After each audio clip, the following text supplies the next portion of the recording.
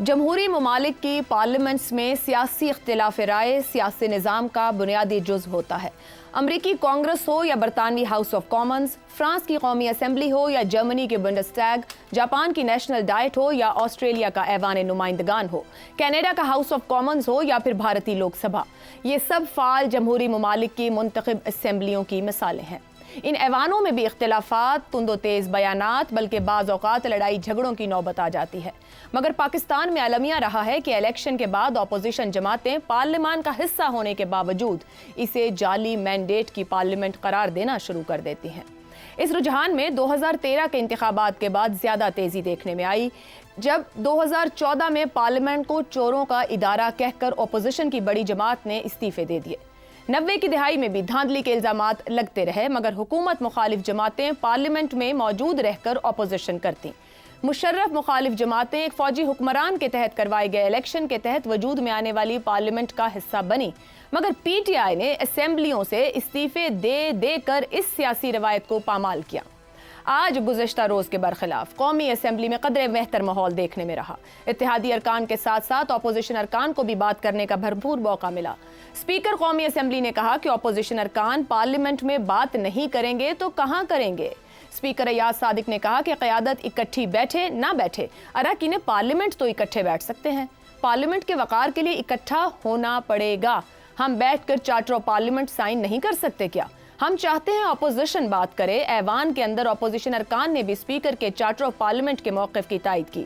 ایوان کی کارروائی چلانے کے لیے 16 رکنی کمیٹی کے قیام کی قرارداد بھی متفقہ طور پر منظور کی گئی۔ اسپیکر کے اس اہم اعلان سے کئی سوالات جنم دے رہے ہیں۔ کیا یہ چارٹر آف پارلیمنٹ ان مسائل کو حل کر پائے گا جن سے ہماری پارلیمنٹ نے بردآزما ہے؟ کیا چارٹر آف ڈیموکریسی کا تجربہ اتنا کامیاب رہا ہے کہ اسے چارٹر آف پارلیمنٹ کی ایک نظیر کے طور پر پیش کیا جا سکے؟ سب سے بڑھ کر اسپیکر ایاز صادق کی اس کوشش کو سنجیدگی سے لیا بھی جا سکتا ہے یا نہیں؟ پارلیمنٹ کی ساری کارروائی کے بعد بھی اپوزیشن ارکان عمر ایوب اور اسد قیصر نے ایک مرتبہ پھر بہت سخت گفتگو کی، اسپیکر کے کردار پر عدم اعتماد کا اظہار کیا، حکومت پر متنازع قانون سازی کروانے کا بھی الزام لگایا۔ ایسے میں کیا اپوزیشن ارکان بھی اپنے رویے سے ثابت کریں گے کہ وہ پارلیمنٹ کی سیاست کر رہے ہیں، نہ کہ کسی انقلابی جماعت کی نمائندگی کر رہے ہیں؟ پارلیمنٹ میں جو کچھ ہو رہا ہے، جو سامنے آ رہا ہے، جو باتیں اور دعوے ہو رہی ہیں، اسی پر گفتگو رہے گی۔ پروگرام کے پہلے حصے میں ہمارے ساتھ ہیں حماد غزنوی، شہزاد چودھری، زیغم خان اور افتخار احمد صاحب۔ پروگرام کا پہلا سوال آپ سبھی کے لیے۔ آئین کی بالادستی کے بغیر کوئی ادارہ نہیں چل سکتا، بلاول بھٹو کا قومی اسمبلی میں خطاب۔ کیا 2018 اور 2024 کے انتخابات کے بعد آنے والا ہائیبرڈ نظام آئین کی بالادستی کی گواہی دے رہا ہے؟ زیغم صاحب۔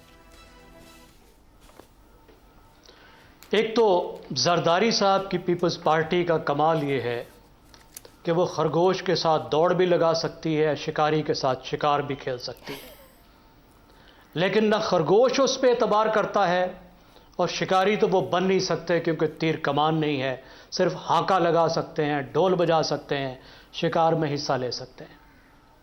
اب بلاول صاحب کی تقریر پاکستان کی حالیہ پارلیمانی تاریخ کی ایک بہترین تقریر تھی، کوئی شک نہیں۔ انہوں نے اپنے نانا کی یاد دلا دی، اور نانا کی وہ تقریریں جلسہ عام والی نہیں، ان کی ڈپلومیٹک سپیچز، ان کی پارلیمانی سپیچز، اس لیول کی انہوں نے تقریر کی۔ لیکن میں سوچ رہا تھا کہ بلاول کس کی نمائندگی کر رہے ہیں؟ اپنی نمائندگی کر رہے ہیں یا پارٹی کی نمائندگی کر رہے ہیں؟ تو میں نے سوچا کہ وہ پارٹی کی نمائندگی تو نہیں کر رہے، کر بھی نہیں سکتے، کیونکہ ان کے ابا نے کہا ہے کہ وہ جس پارٹی کے چیئرمین ہیں وہ ایک ڈمی پارٹی ہے، وہ ایک پیپر پارٹی ہے، جو اصل پارٹی ہے اس کی ملکیت ابھی تک ابا جان کے اپنے ہاتھ میں ہے۔ پھر پیپلز پارٹی کی اپنی بات کی، پیپلز پارٹی کس کی نمائندہ ہے؟ اقتدار کی نمائندہ ہے یا اصول کی نمائندہ ہے؟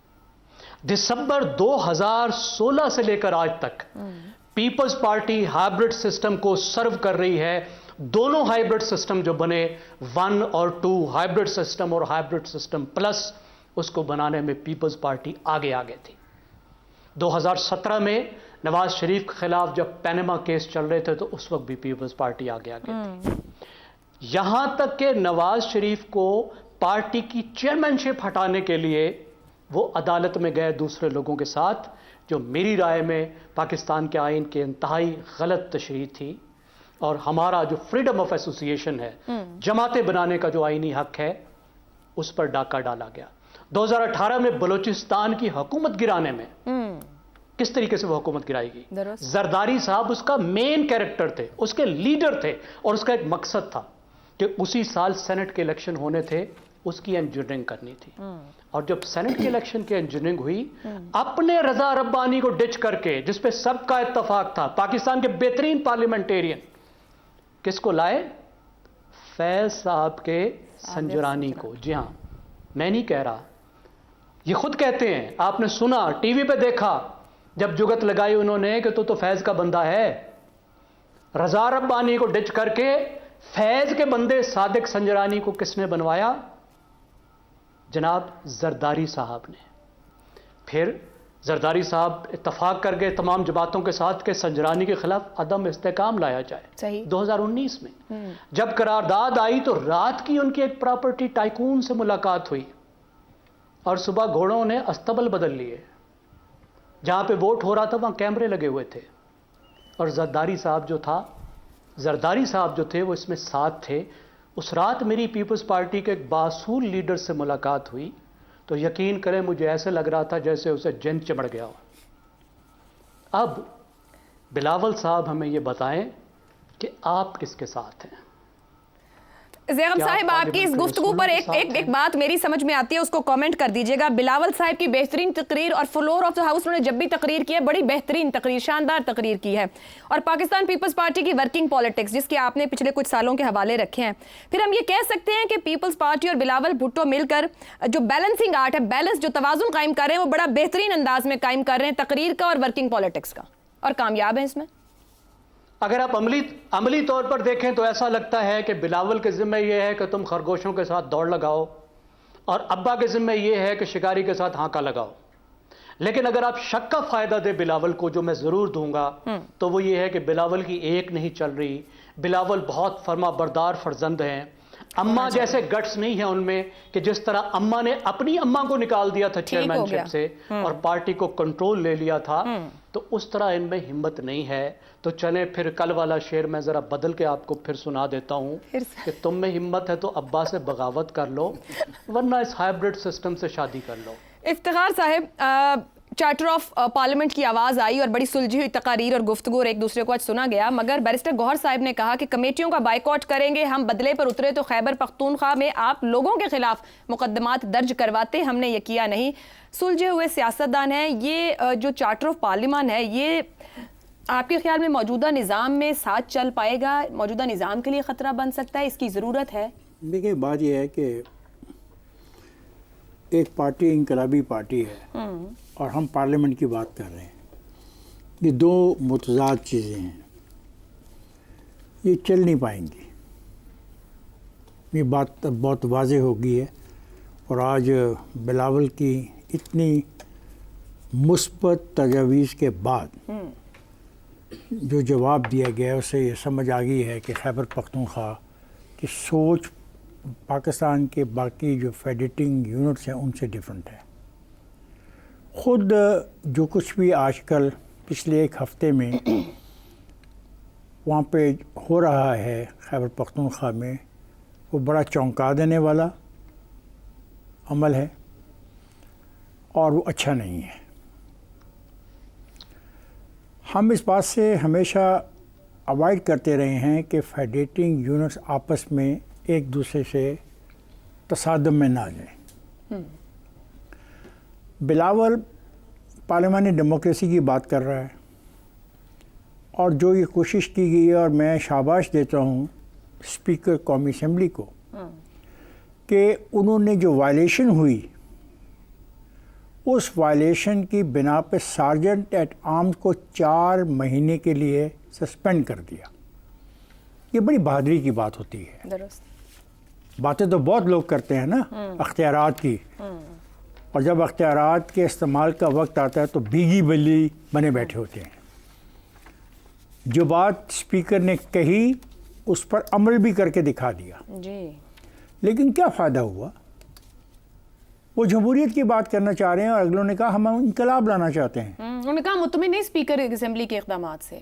آپ دیکھیں جب اسپیکر ایک ایسی اچھی مثبت روایت کو جنم دینا چاہ رہا ہے، اور کافی عرصے جو کمیٹیاں پچھلے دنوں بنی اس میں بھی میں نے تعریف کی اپنا اسپیکر کی کہ ان کا طریقہ کار بہت اچھا تھا، اور انہوں نے موقع پورا فراہم کیا کہ اپوزیشن کو کوئی ایسی وجہ نہ بنے کہ وہ ناراض ہو جائیں اور اس کو استعمال کریں۔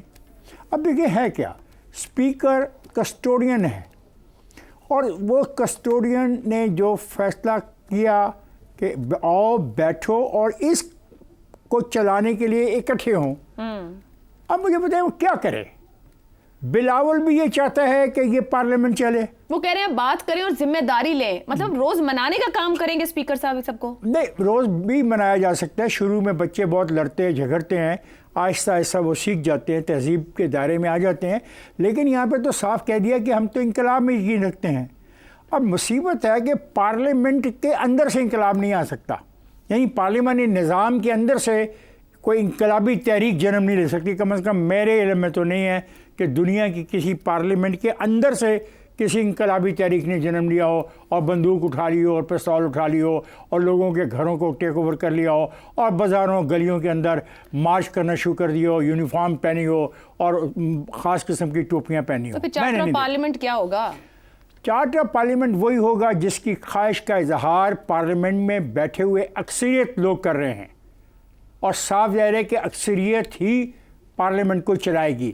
اب یہ اکثریت بڑی عجیب ہوتی ہے، 49 and 51 اکثریت ہے، 49 اکثریت نہیں ہے۔